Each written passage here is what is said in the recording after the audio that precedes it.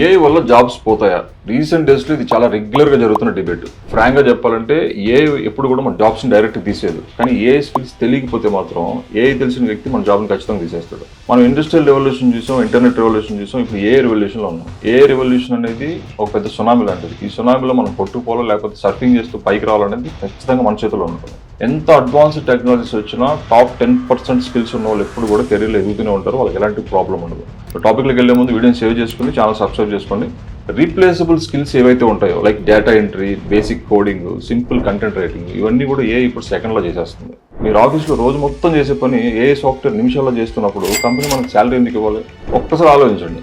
అంటే మీరు కేవలం ఇన్స్ట్రక్షన్స్ ఫాలో అయ్యే వ్యక్తి అయితే మాత్రం మీ కెరీర్ రిస్క్లో ఉన్నట్టే, కానీ మీరు ఏఐని కంట్రోల్ చేసే వ్యక్తి అయితే మాత్రం మీ డిమాండ్ 10% మార్కెట్లో పెరుగుతూనే ఉంటుంది అన్నమాట.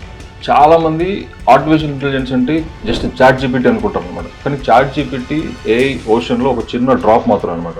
చాట్ జీపీ కంటే advanced AI technologies, AI softwares చాలా ఉన్నాయన్నమాట. లైక్ ఎగ్జాంపుల్ పర్ప్లెక్సిటీ ఏఐ అనమాట. సో ఇది గూగుల్ సెర్చ్ కంటే ఫాస్ట్గా, యాక్యురేట్గా మీకు కావాల్సిన సమాచారాన్ని చాలా క్లియర్గా ఫాస్ట్గా ఇస్తుంది అనమాట.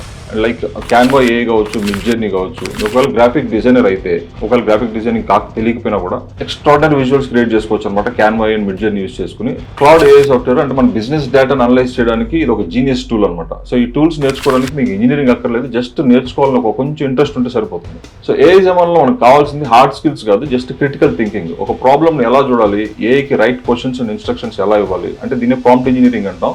సో దీనికి చాలా డిమాండ్ ఉందన్నమాట. ఇప్పుడు ఫ్యూచర్లో ఇంకా ఎక్కువ ఉంటుంది డిమాండ్. సో ఇట్లాంటివి కనుక నేర్చుకుంటే మన ఏఐకి మన క్రియేటివ్ని యాడ్ చేస్తే ఒక ఎంప్లాయీ లాగా కాకుండా ఒక వన్ మ్యాన్ ఆర్మీ లాగా మనం పని చేయొచ్చు.